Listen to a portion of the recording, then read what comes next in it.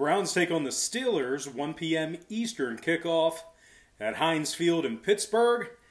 The Steelers are the 4-point favorite at home with the total at 47. We're 4-2 in our last 6 NFL tier package plays on patreon.com/BrockPage. We're also hitting at 67% for the entire 2020 season in our NFL tier membership on that website as well. For more information on how you can join in on the action, link for that site is in the description section below. And once again, that's patreon.com/BrockPage. Now, the Browns are plus $1.60 for an outright win on the money line, and we are seeing some significant movement toward the Browns in this one with regard to the public money here. We've actually seen a 1-point move toward the Browns since this one opened up.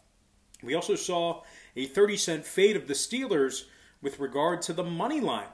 Now, the Browns are coming off they're coming fresh off a very impressive victory against the Colts in Week 5. They held the Colts to just a field goal in the fourth quarter en route to a 9-point victory in that matchup. Cleveland also put up 32 points in the affair. And as a matter of fact, this Cleveland squad really has done nothing but score since Week 2. Very efficient offensively.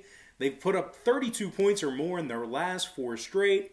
38 points a game they're averaging during that span, to be exact. Cleveland's also averaging 188 yards a game on the ground, and they've scored 8 rushing touchdowns. Kareem Hunt is currently running back number 1 as he's touched it 70 times for 347 yards and 3 scores. Hunt's also caught 11 balls out of the backfield for a trio of touchdowns as well. They're taking on a Steelers team who looks very polished right now, although 2 out of their last 3 contests were just 1-score games. And offensively, the Steelers have scored just 17 third-quarter points the entire season. No, that's kind of a quirky stat, but definitely keep that in mind. These Pittsburgh skill players have also put it on the ground 6 times this season, despite only losing 2 of those fumbles. Now, total-wise, just 1 out of Pittsburgh's last 4 games stayed under the total of 47 points. Now, Pittsburgh's officially gone 3-0 to the over in their last 3 at Heinz Field as well. Meanwhile, the Browns, on the other side, their last 4 straight significantly, surpassed the 47-point mark themselves. And injury-wise, keep an eye on Derek Watt, Marcus Allen, Deontay Johnson, Marquise Pouncey, and David DeCastro. All are listed as questionable for the Steelers. Meanwhile, Joseph, Ogunjobi, Davis, Phillips, Teller, Harrison, Vernon, and Baker Mayfield are all listed as questionable for the Browns. All that said and done, I think the Browns should be able to keep this one close. Give me the Browns +4, keeping it close, and the over 47 in that contest. And before we go ahead and move on, just want to take another quick timeout and welcome you to the video. Got some lines and personal leans out for NFL Week 6. But before we dive into some more free content right here on YouTube, just have to quickly remind you once again that we are currently 4-2 in our last 6 NFL tier package plays on patreon.com/BrockPage. We're also hitting at 67% for the entire 2020 season in our NFL tier on that site as well. For more information on how you can join in on the action, link for that site is in the description section below. And once again, that's patreon.com/BrockPage. And moving on, we're going to take a look at the Texans taking on the Titans, 1 p.m. East. The Titans are the 3-point favorite. Total's 54.5, juice to the under. The Texans are plus $1.50 for an outright win. We are seeing early movement toward the Titans in this one. No real surprise there after their very impressive performance last night against the Bills. We also saw half a point move toward Tennessee as well, and a half a point move downward on the total. Pretty good action on the under in the early going here. And when it comes to an outright winner, we did see a 10-cent move toward the Titans as well. And like I just said, they had a very impressive performance last night against the previously undefeated, unbeaten Buffalo Bills. Now, they held the high-powered Bills offense to just 6 total points in the second half en route to a 42-16 victory The Titans are officially 4-0 straight up on the season as they've averaged an incredible 35 points per contest in their last 3 games. Tennessee's averaging 132 yards per contest on the ground, and that's mostly thanks to Derrick Henry, who's already carried it 101 times on this season. He's punched it in the end zone 4 times, by the way. Quarterback Ryan Tannehill, very efficient, completing nearly 70% of his passes, 9 touchdowns, just 1 interception. He's only been sacked 3 times. Tannehill's favorite target has been tight end Jonnu Smith, who has 18 catches for 221 and 5 scores. The Titans are taking on a Houston team who's lost 4 of 5 on the season, and they've gone 0-3 against the spread when catching points. Deshaun Watson's been sacked 17 times and picked off 5 times. Meanwhile, this Houston defense has just 2 takeaways and 0 interceptions. Now, total-wise, all 5 of Houston's games this season stayed under the total of 54.5. They're officially 3-2 to the under for the entire year with regards to the books. But anyway, the Titans on the other side held the Bills and the Broncos to 16 points or less in their 2 meetings with those ball clubs. Now, injury-wise, offensive tackle Taylor Lewan is questionable with a shoulder. Meanwhile, on the Houston side, Howell, Akins, and Kalimbayi are questionable for the Texans. But with all that said and done, give me the Titans laying the field goal and the under 54.5 in that contest. Next game, Jets, Dolphins, 4:05 p.m. Eastern kickoff in Miami. Starting to get into these later afternoon games. Now, the Fins are the 9.5-point favorite. That's right, you did not mishear me. Minus 9.5, total 47 and a hook. Jets are plus 350. And no surprise here, as we saw a 1.5-point move toward the Dolphins in the early betting. They open as the 7.5-point favorite up to 9.5. We also saw a, I think my math's wrong there, but they opened 7.5 up to 9.5, so that is a 2-point move. But anyway, as much as I kind of want to back the Jets in this spot here, New York's losing by nearly 18 points per contest. This Jets defense is giving up 32 points per game, while offensively, they've scored 17 points or less in 4 out of their 5 ball games. Now, quarterback Sam Darnold's completing just 59% of his passes, and he's throwing 4 interceptions compared to just 3 touchdowns. His non-throwing shoulder is a little bit banged up right now. He's also been sacked a dozen times and is currently, like I just said, battling a shoulder injury in his non-throwing shoulder. Now, the Jets have scored just 2 rushing touchdowns, and they're officially 0-5 against the spread for the entire season. They cannot cover the number. They're taking on a Dolphins team who successfully covered the point spread in 3 out of their last 4 ball games themselves. The Dolphins have won 2 out of their last 3, and they held their opponents to just 30 total combined points between those 2 contests. This Miami offense is also averaging over 31 points a game since week 2.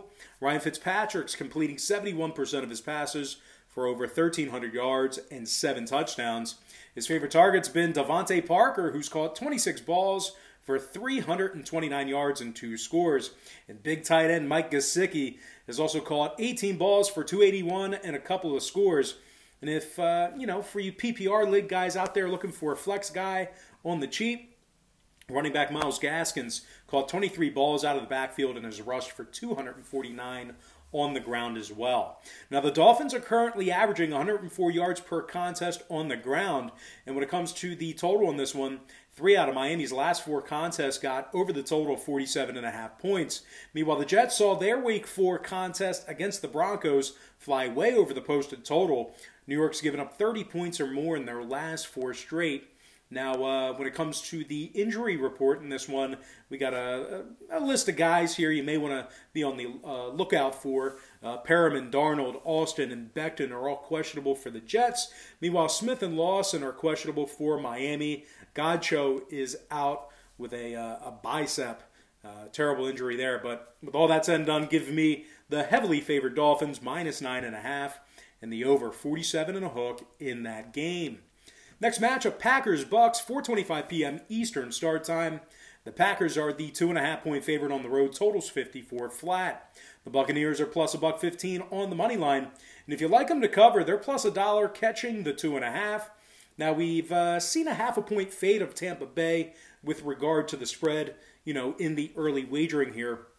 We also saw a 1.5 point move toward the over, and we also saw a nickel move toward Green Bay on the money line. So underbettors could possibly get a better number if the money keeps climbing on the total. And Buccaneers backers should at least be able to catch a field goal at some point this week before game time with all that given action there. But anyway, Tampa Bay's coming fresh off a 20-19 loss to the Chicago Bears. This Bucs offense was held to just 2 field goals in the second half of that contest. Now, Tampa's failed to cover the point spread in their last 2 straight. They also failed to cover in their Week 1 meeting with New Orleans. They're taking on a very well-rested Packers team who's coming fresh off a bye week. The Packs currently 4-0 thus far in the season, and they successfully covered the point spread in all of their games. 4-0 ATS on the season. Their most recent victory was a 14-point win against Atlanta, where they held the Falcons to just 16 points. And speaking of points, this Packer offense has put up 30 points or more in every one of their games. They've been unbelievable, on fire. Aaron Rodgers is completing 71% of his passes for over 1,200 yards and 13 touchdowns. Aaron's been sacked just 3 times, and he has yet to throw an interception. And it does look like he should have Allen Lazard back for this week. Lazard was a little bit banged up. Didn't see him in the last game, but he has 13 catches for 254 yards and a couple of scores. Most impressive, though, Lazard's currently averaging 20 yards per reception. Now, tight end Robert Tonyan has also caught 13 balls for $173 and 5 scores.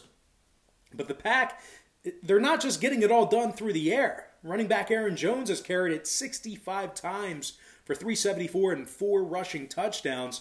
Jones is averaging nearly 6 yards a carry as his Packer offense is averaging over 150 yards rushing per contest. Now, this Packer D has also held their opponents to 21 points or less in 2 out of their last 3. They're averaging 3 sacks per game, while Zadarius Smith currently leads the club with 5 of them. This Packers team has scored an astounding 56 second-quarter points in just 4 games thus far in the season. And speaking of the scoring, 3 out of Green Bay's last 4 contests got over the total 54 points. The Pack is officially 2-0 to the over on the road as well. Meanwhile, the Bucs on the other side are 2-0 to the over at Raymond James Stadium this season.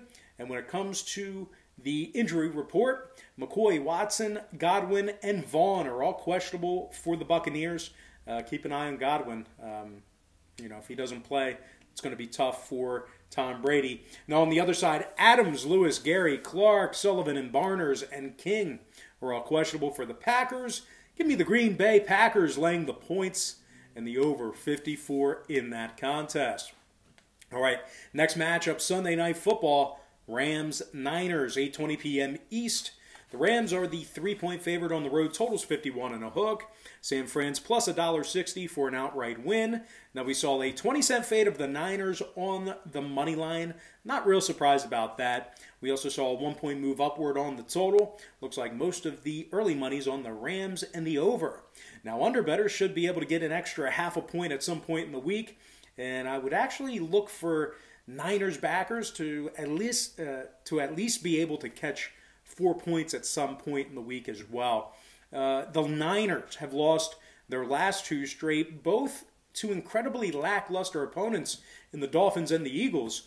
They let the Dolphins put up 30 points in the first half, 43 points for the entire game. The Niners quarterbacks have been sacked 18 times already on the season, and All-Pro tight end George Kittle has just 1 touchdown reception through 5 games. They're taking on a Rams team who they won their last 2 straight, 4-1 straight up for the entire season. They've given up just 19 points in their last 2 victories, and they've given up just 13 points per contest in their 4 wins as well. Aaron Donald's leading the charge with 7.5 sacks and 2 forced fumbles. Keep in mind, he's double and triple teamed every play. Safety John Johnson, 33 tackles and an interception. This Rams pass rush has gotten to the quarterback 20 times already, and this Rams secondary has 4 interceptions.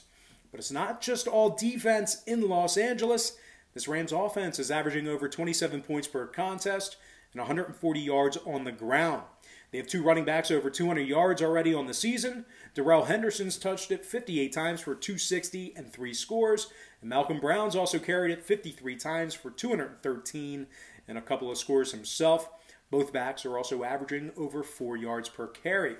Meanwhile, when it comes to this passing game of the Rams, Jared Goff's completing 72% of his passes for nearly 275 yards a game.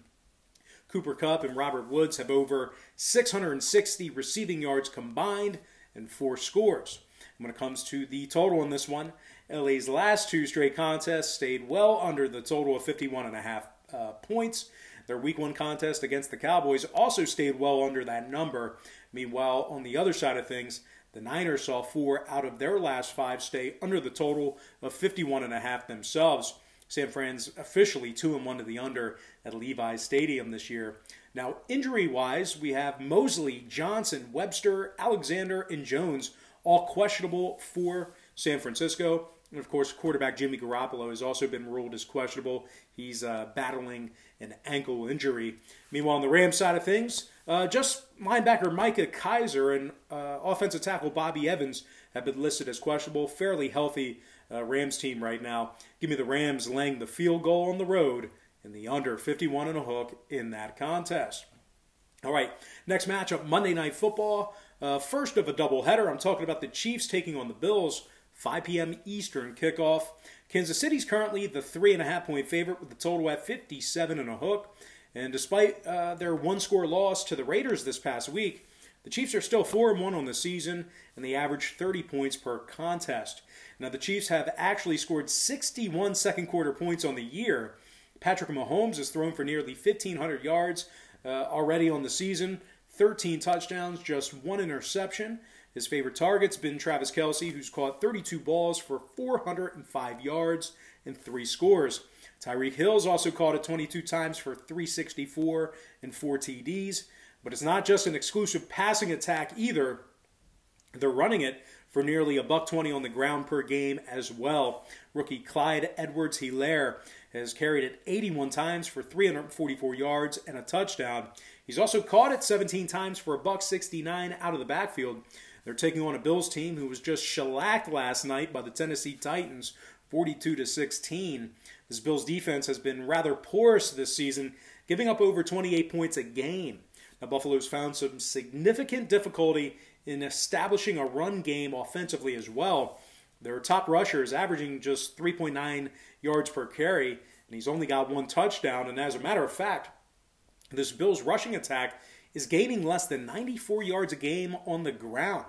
Now, total-wise, 3 out of Buffalo's last 4 contests somehow got over the total of 57.5 points. Meanwhile, the Chiefs saw their Week 5 matchup with the Raiders soar way past that number themselves.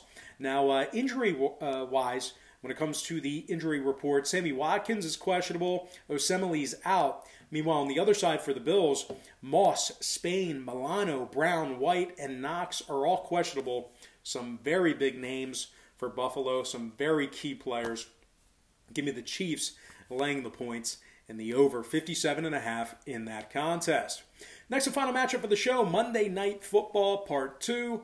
Cardinals taking on the Cowboys, 8:15 p.m. Eastern start time. The Cards are the 2.5-point favorite on the road. Total's 55 flat. The Cowboys are plus $1.20 for an outright win. Now, we did actually see a nickel move toward the Cowboys on the money line. Movement upward on this total as well. The Cowboys will have to go to work with Andy Dalton for the rest of the year if he can stay healthy.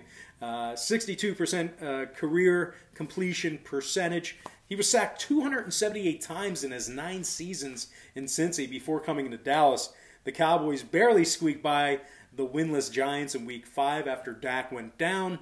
They also lost 3 out of their prior 4 games before that. Now, this horrible Dallas defense is giving up 40 points a game in their last 4 contests.